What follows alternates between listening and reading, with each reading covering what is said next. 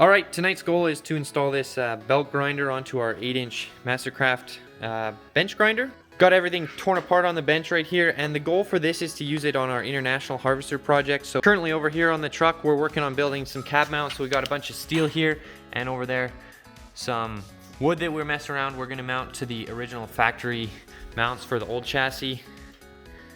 And the plan is to use this belt grinder to help out with the fabrication. Here, right out of the box, you got your main drive wheel, and that'll connect to your grinder there.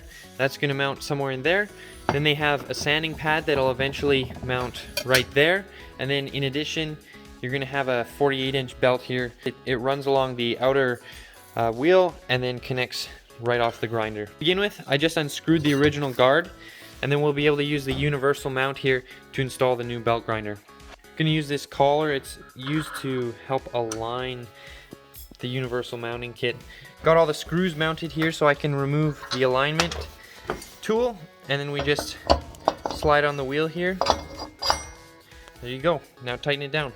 So put the original bolt on there, loosen this nut right here, slide the wheel in, then you're able to do this, and then you just release this and it'll tension it. Just like that. Once you've got the belt tensioned, best thing to do is make sure that the belt is actually tracking straight.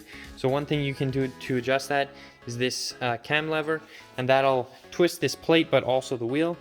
If that doesn't work, there are two bolts, one at the top and one right down here, and you can do that to adjust the whole plate and the arm, and then you'd be able to get it to track straight. Final thing to do after this, you can bolt the plate on here and use the sanding disc. I'm not going to do that because I don't need to use it. I have other woodworking tools. Main goal for this was to have a belt grinder, and that's what it is. So I'm quite pleased. We'll be using it on the project truck for lots of fabrication, so stay tuned, and don't forget to like, subscribe, and share if you want more of this content.